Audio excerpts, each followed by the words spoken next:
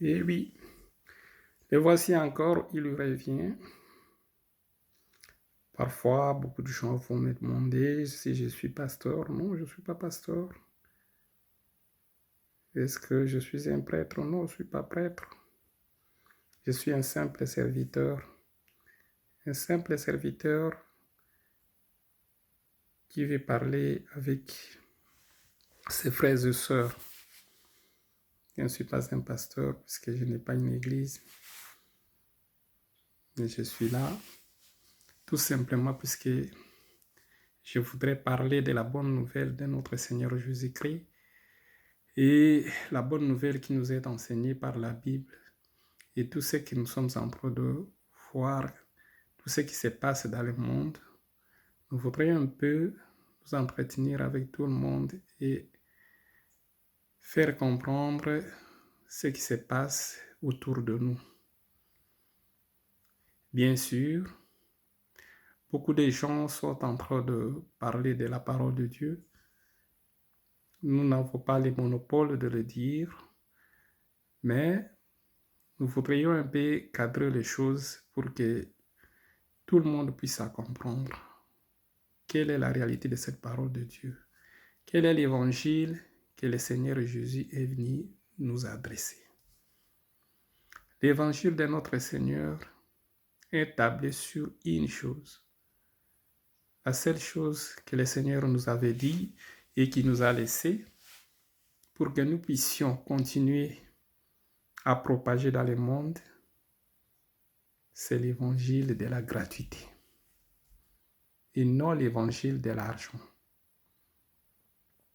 Comme je vous l'avais dit la fois passée, j'ai bien insisté que l'argent, c'est l'image satanique, l'idolâtrie que le Seigneur de Dieu n'a pas voulu que nous puissions l'adopter et le mettre devant nous pour l'adorer. Bien sûr, vous allez dire, oh non, nous n'adorons pas l'argent. Non. L'argent est là, nous l'adorons chaque jour. Nous le servons chaque jour. Nous travaillons pour l'argent. Nous sommes ses esclaves. Je ne sais pas quand est-ce que nous serons libres. Quand le Seigneur avait dit aux enfants d'Israël que votre Père est menteur depuis le commencement. Et ce Père, c'est qui? Et nous avons un Père. Nous dépendons d'un Père qui s'appelle argent. Et l'argent est collé à qui? L'argent est collé à l'État, à la politique, qui est son géniteur. Puisque le Seigneur nous a interdit des images, ce ne sont pas les images que vous voyez là, ou l'image de Marie chez les catholiques, ou d'autres images qu'on est en train de faire, non. L'image satanique de l'idolâtrie, c'est l'argent qui est répandu dans le monde. Il est répandu dans le monde avec l'État. Et vous allez me demander, par exemple, comment l'État est satanique. Il y a des gens qui ont survécu et qui ont vécu des siècles et des siècles sans État. Je parle des Africains, par exemple. Nos ancêtres africains n'avaient pas d'État. Ils n'avaient pas d'argent. Ils n'avaient pas de prison. Mais ils vivaient en harmonie. Il y a des fois des fausses histoires qu'on parle des Africains. On est en train de dire que ils ont fait des conquêtes, ils ont fait des guerres. Non. Nous, je m'assume. Les Noirs ne sont pas des guerriers. Ils ne savent pas la guerre. Ils n'ont jamais fait de guerre. Les guerres restaient l'apanage de l'Occident. Heureusement qu'ils nous ont appris leur histoire depuis l'Antiquité jusqu'à maintenant. L'Occident ne fait que se battre. Ils se battent pourquoi? Ils provoquent des guerres pourquoi? Puisqu'ils sont à côté de quelque chose. Ils sont à côté du mal.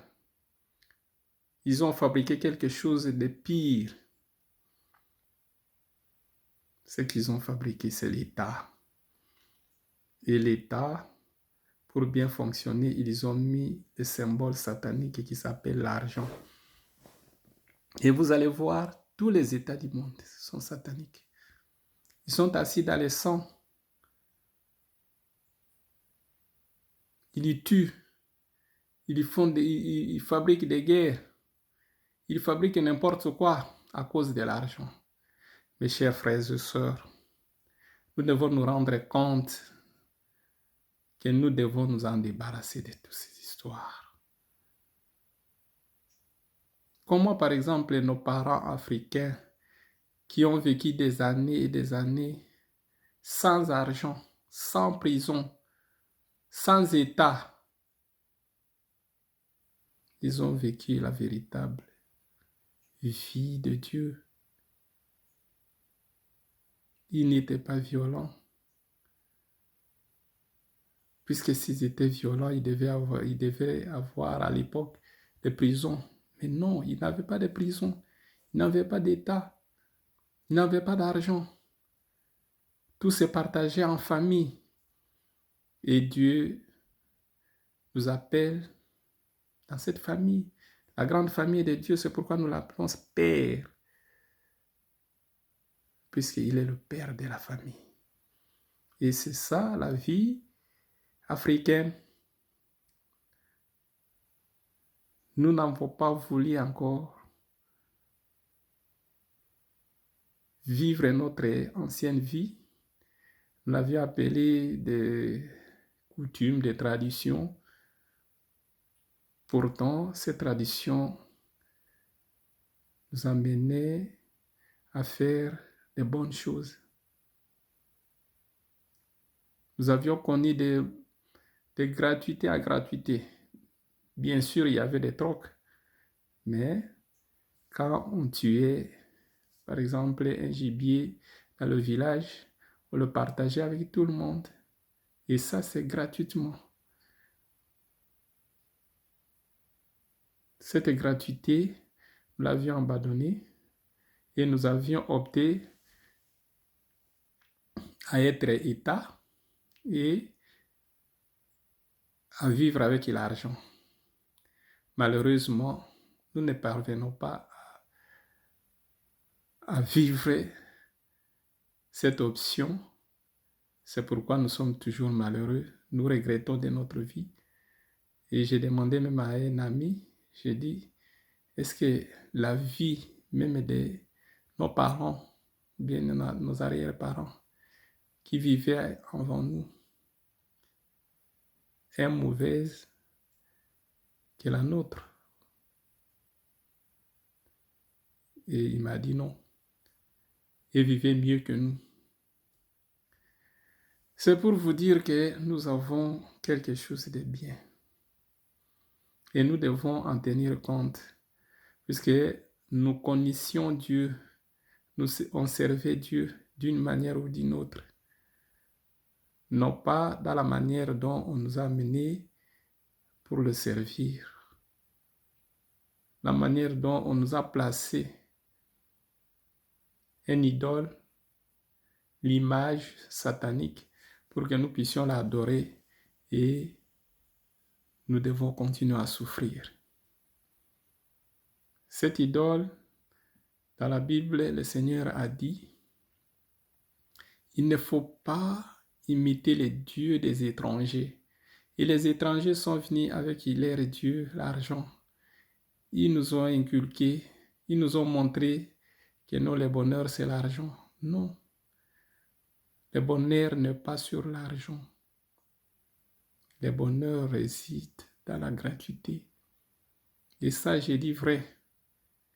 Tout celui qu'on donne quelque chose de gratuit, sent le bonheur dans son cœur.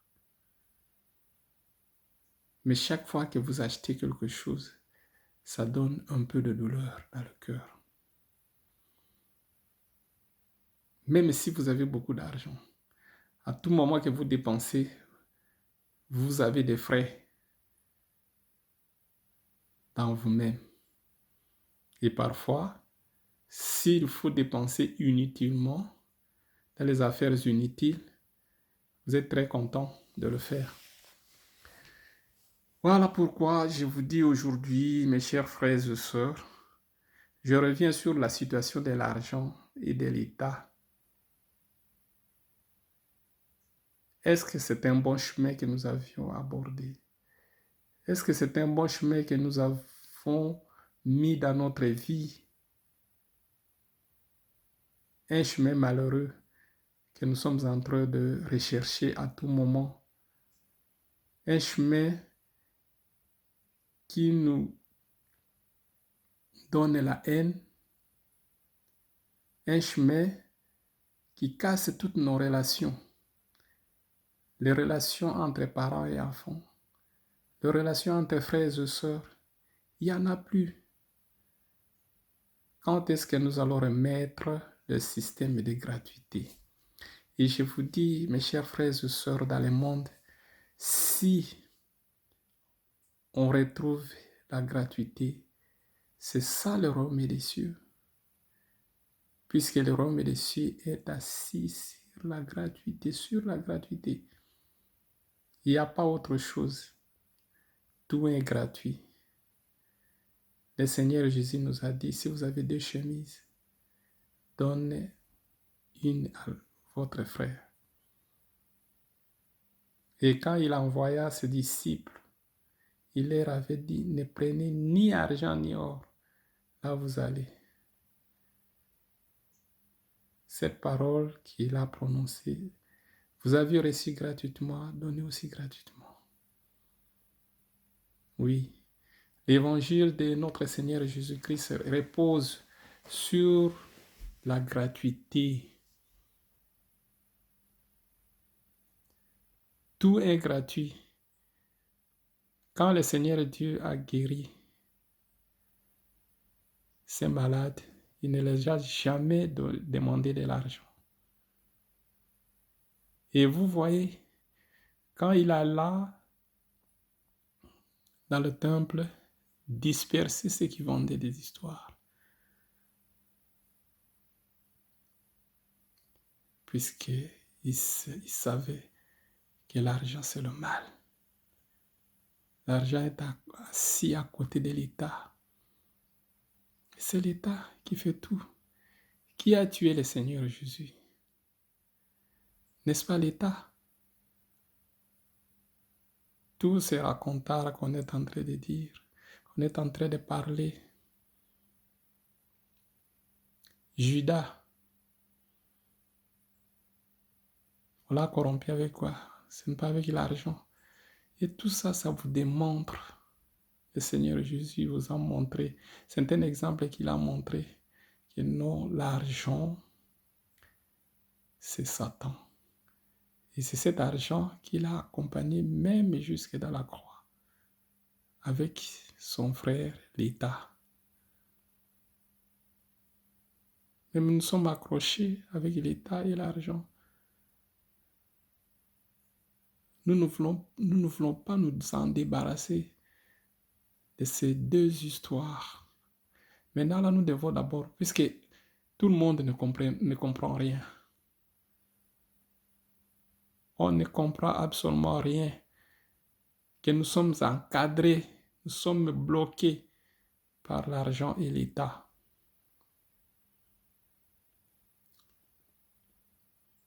L'argent nous fait défaut.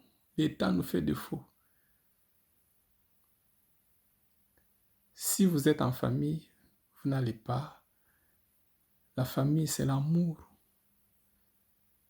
La famille, c'est l'affection. C'est la charité. Mais dans l'État, il n'y en a pas. Dans la politique, c'est la haine. C'est la jalousie. Et tout ce qui est mauvais, c'est fait à la politique. Comprenons d'abord l'essence de ce que je suis en train de dire, puisque dans un tout premier temps, pour comprendre la lumière de notre Seigneur Jésus-Christ, vous devez d'abord comprendre l'essence de notre vie. Pourquoi nous en sommes à ce niveau? Pourquoi nous sommes en train de regretter chaque jour? Pourquoi nous sommes en train de souffrir chaque jour? Tout simplement puisque nous n'avions pas découvert l'ennemi qui est à côté de nous. Et cet ennemi n'est autre que l'état et l'argent. Ils sont là, ils se montrent comme de véritables juges qui jugent le monde, qui jugent les humains. Oh là là, pendant qu'ils sont corruptibles eux-mêmes. Pourquoi nous devons les servir au jour le jour? Pourquoi nous ne pouvons pas découvrir que non, c'est de l'idolâtrie? Quand on nous met un symbole comme le drapeau, pour que nous puissions nous prosterner devant ce symbole et l'adorer, malgré tout, nous ne comprenons pas que nous sommes en train de faire de l'idolâtrie. C'est pourquoi nous persévérons à faire toutes ces bêtises. Aujourd'hui, là, par la main de Dieu, par la bouche de notre Seigneur Jésus-Christ, j'ouvre ma bouche pour vous informer que vous êtes à côté de Satan à tout moment. Vous êtes à côté de l'argent, vous êtes à côté de l'État. Ces deux choses sont les pires sataniques qui existent dans l'univers. C'est pourquoi je suis en train de prôner notre évangile, l'évangile de la gratuité. Je ne suis pas un pasteur pour demander des offrandes, puisque cette offrande, je vais demander de l'argent. Mais je vous exhorte pour que vous puissiez mettre dans vos cœurs et reprendre la charité dans la gratuité. Puisqu'avec la gratuité, on n'aura pas de mauvaises personnes. Si tout est gratuit, si on ne met pas ce système de marché devant nous, on met un système où tout le monde doit jouer dans la gratuité, le monde serait meilleur.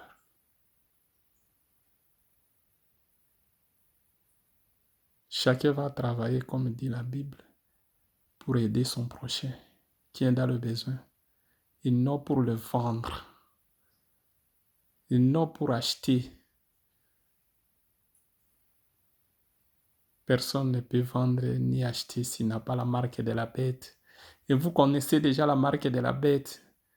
Vous connaissez l'image de l'idolâtrie, qui est l'argent. Aujourd'hui, qu'est-ce que vous en pensez? Pensez à l'évangile de notre Seigneur, qui vous exhorte dans la gratuité.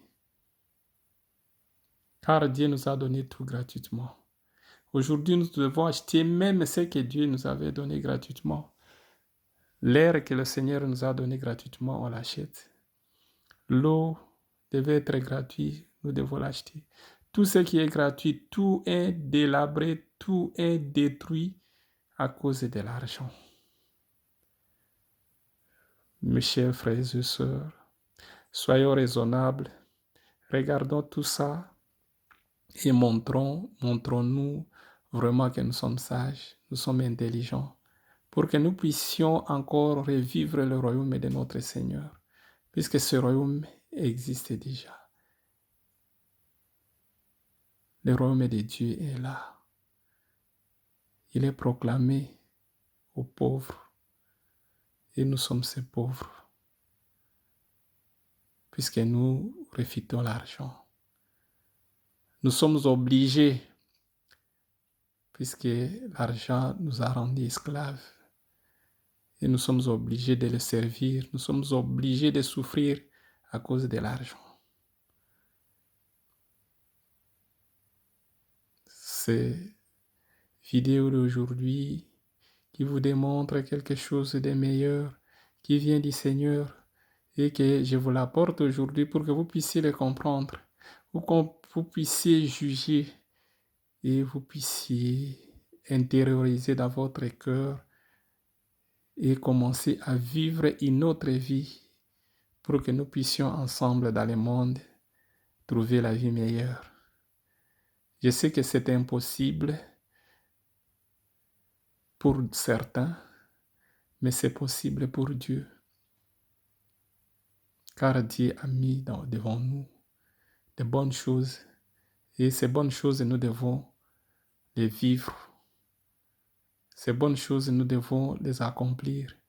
Et ces bonnes choses, nous allons les acquérir gratuitement. Merci beaucoup. Que le Seigneur vous bénisse. Amen.